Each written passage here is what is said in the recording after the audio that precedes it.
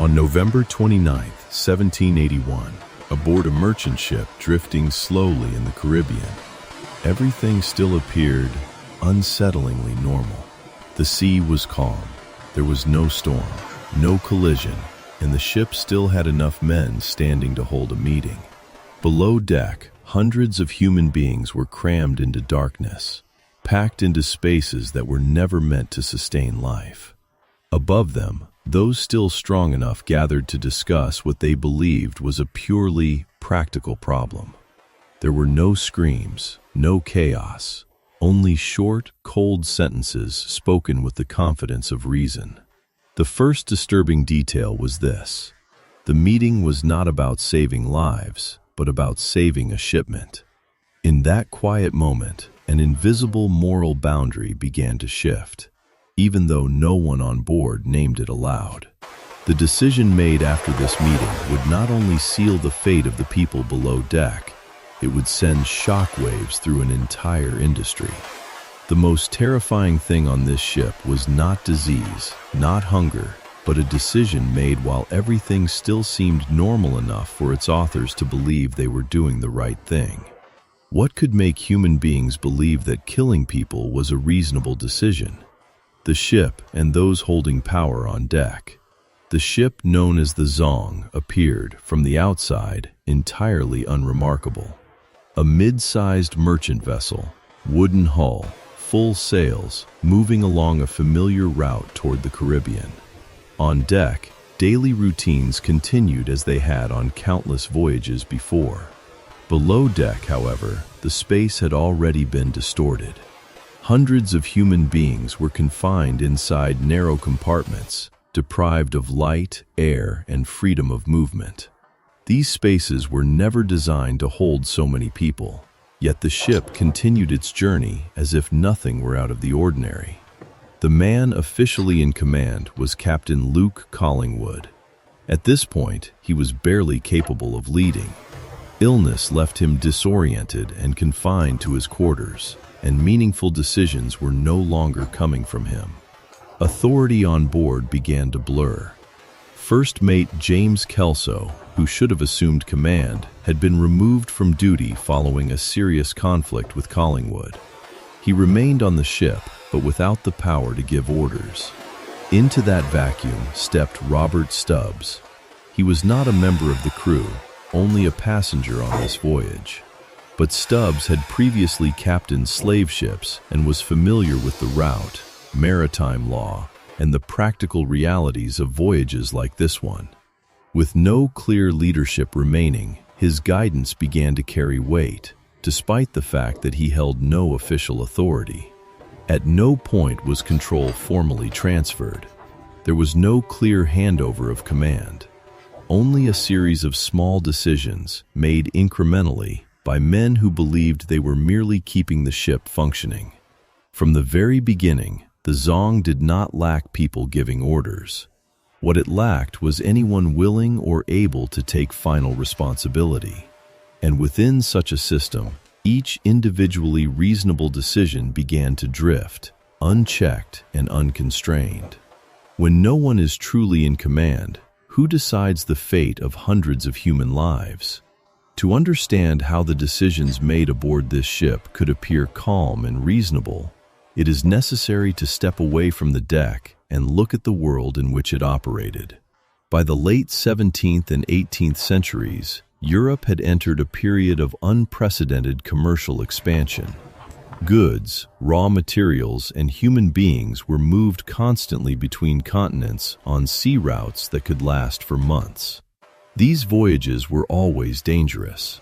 Storms, disease, shipwrecks, uprisings.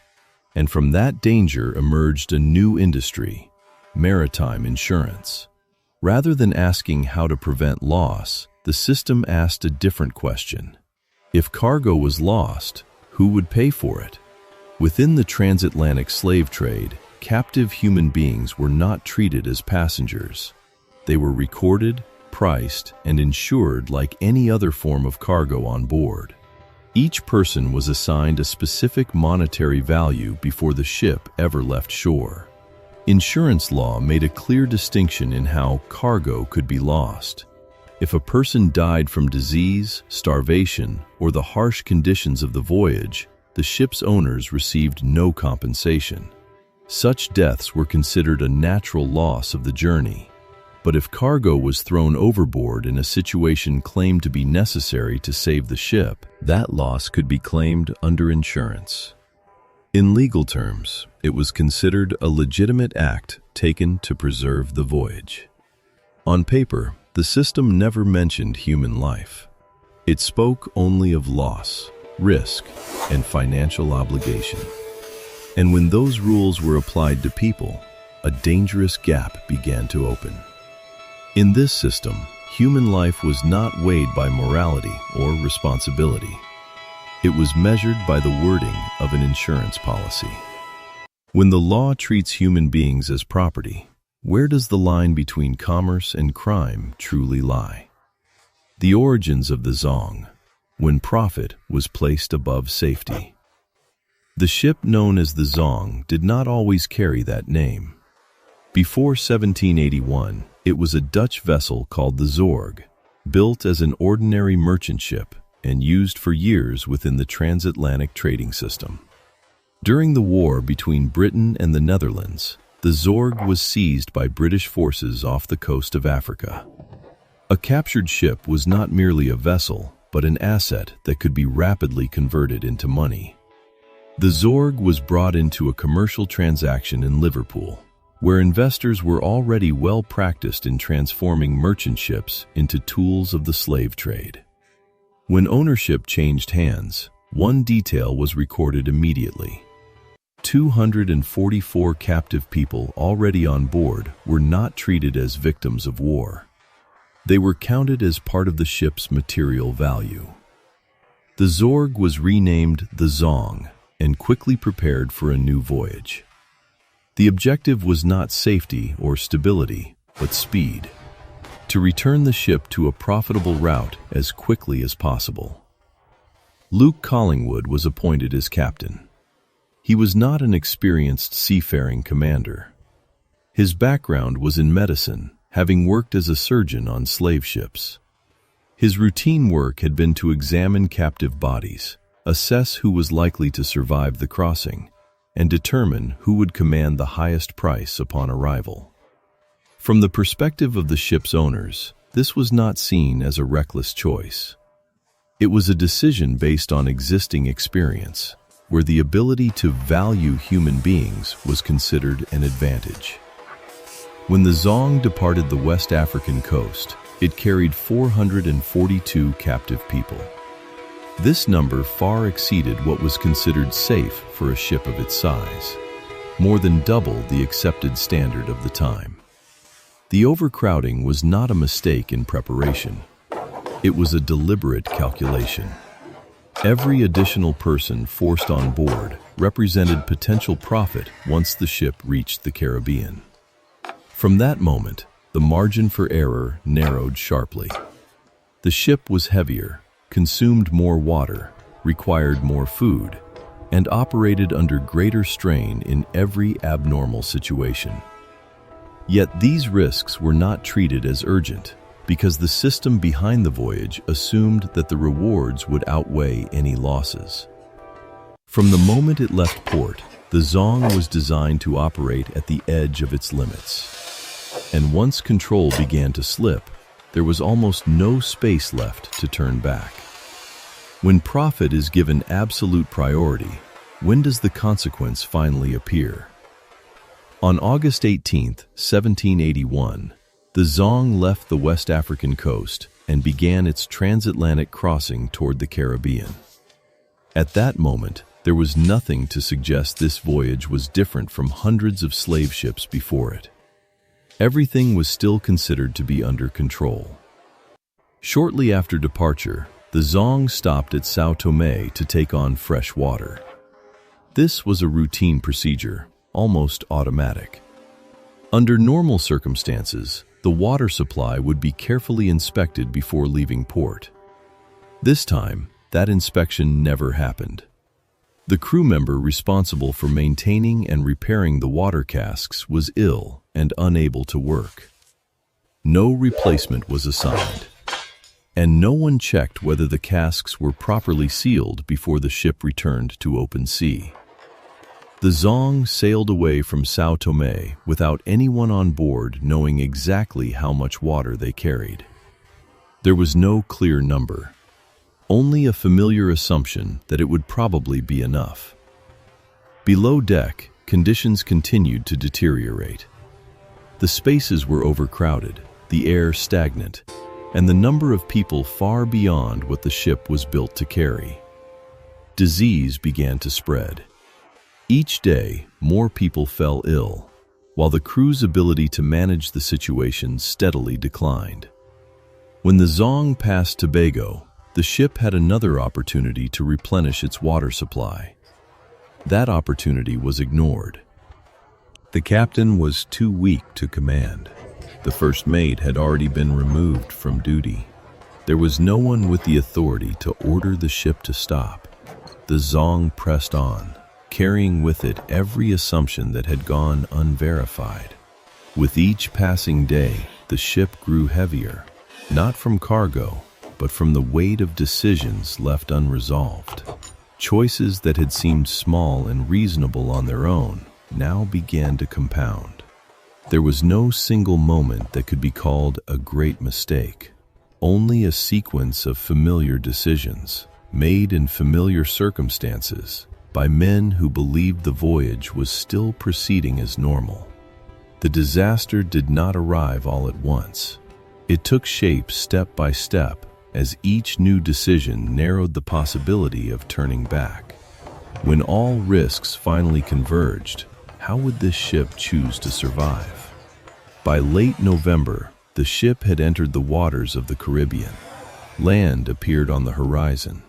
The crew believed they were looking at Saint-Domingue, a French-controlled territory. They did not realize they had already passed Jamaica. The Zong continued on the wrong course. Only days later was the mistake recognized. By then, the ship had gone too far to turn back quickly. During that time, conditions below deck deteriorated sharply. Disease continued to spread. The number of deaths increased day by day, not because of a sudden event, but because of conditions that had been building throughout the voyage. At the same time, another fear began to circulate on deck. Rumors spread that the supply of fresh water was running low. No one had an exact figure. There was no reliable record, only the assumption that the remaining water might not be enough for the extended journey ahead. In that context, the officers gathered, not to save the people dying below deck, but to decide how to preserve the voyage. The meeting was quiet and brief. What was weighed was not human life, but financial consequence. They knew that if the captives died from disease or starvation, the loss would not be covered by insurance. But if the cargo was thrown overboard in a situation claimed to be necessary to save the ship, that loss could be claimed. There was no clear proof that the ship was about to run out of water, no confirmation that all other options had been exhausted, only a calculation based on law, risk, and profit. Not a single sentence in that meeting referred to human lives. The decision was not made in anger or panic, but through rules that had been written long before this voyage began. When death becomes a calculation, who is chosen to be sacrificed first? The decision made during the meeting did not remain on paper. It was carried out that very night. The first wave began with those considered least valuable in commercial terms. 54 women and children were brought up onto the deck. They were not selected because they were the weakest, but because men were believed to sell for higher prices once the ship reached port. One by one, they were forced over the side and disappeared into the darkness of the sea. 2 days later, the killings continued. The second wave no longer excluded men. 42 people were taken onto the deck and thrown overboard. There was no change in method, no sign that the decision was being reconsidered. During this period, the weather shifted. Heavy rain fell over the ship. Fresh water was collected and added to the remaining supply. The amount on board increased enough to extend the voyage. The crisis the officers had feared was temporarily resolved. But the actions did not stop. A third wave followed. 36 more people were thrown into the ocean. By this point, the ship was no longer facing an immediate threat of running out of water. In one recorded case, a man who had been thrown overboard managed to cling to the ship and climb back onto the deck. This made it clear that those being killed were not all unconscious or near death. Some were still strong enough to resist, even if only briefly. In total, 142 people were killed and cast into the sea. And throughout the final phase of these killings, the ship still had water. At this stage, the justification of survival no longer existed. There was no longer a clear emergency, no indication that the ship was being forced to choose between life and death. What remained was a sequence of actions that continued simply because they had already begun. And when no one had the authority or the will to stop them, the system carried itself forward until there was nothing left to sacrifice. On December 22, 1781, the Zong arrived in port at Jamaica. There were no visible signs of a ship that had just passed through catastrophe. No alarms were raised. No immediate investigation followed. On board, only 208 people remained alive, less than half of those who had been forced onto the ship when it left Africa. That discrepancy did not trigger any urgent response from port officials or colonial authorities. In the days that followed, the survivors were brought to market. In January, they were sold as commodities, according to procedures that already existed. The average prices were considered acceptable. From a commercial standpoint, the voyage was not treated as a failure. Those who had died were absent from the transactions. They did not appear on the auction floor. They existed only as missing figures in the accounts. Shortly after arrival, Captain Luke Collingwood died from illness. His death occurred before any formal inquiry could take place. Whatever he might have explained about the voyage ended with him. The ship was unloaded, the ledgers were closed, and the next step was triggered, exactly as the system required. The ship's owners submitted an insurance claim for the loss of cargo during the voyage. The matter entered legal channels like any other financial dispute, not as a case of mass killing, but as a calculation of loss. By that point, the disaster had ended at sea. On land, the system had never stopped moving. In 1783, the case of the Zong did not enter the courts as a murder trial. It appeared in the legal system in a different form, an insurance dispute. The hearing took place in London and focused on a single question: whether the ship's owners were entitled to compensation for the loss of cargo. Those who had died were not treated as victims. They were discussed as units of property lost during transport. The owners' argument was straightforward. They claimed that throwing people overboard had been necessary to save the ship and the remaining cargo. Under the principles of maritime insurance at the time, such an act could be considered legitimate. In the initial ruling, the court sided with the ship's owners. According to the law, the loss qualified for insurance compensation. The case might have ended there, like countless other commercial disputes. But the story did not remain confined to the courtroom. Details of what had happened aboard the Zong began to circulate beyond legal records. The case reached the public, and the press quickly became involved. Public pressure forced the case to be reconsidered. An appeal was filed. This time, details that had previously been overlooked entered the record. One of the most critical points raised was the heavy rainfall during the voyage. Evidence showed that fresh water had been replenished afterward, enough to ease the shortage. This revealed another possibility. The killings were no longer driven by survival, but by financial motive. The original ruling was overturned. The court concluded that the loss did not qualify for insurance payment. Yet at this stage, another limitation of the system became clear. Although the insurance claim was denied, no criminal prosecution followed. No one was tried for the deaths of 142 human beings. The case closed in legal records as a resolved financial dispute. The law corrected the flow of money, but the lives that had been taken remained beyond what the system was willing to protect. What happened on the Zong did not end when the ship reached port.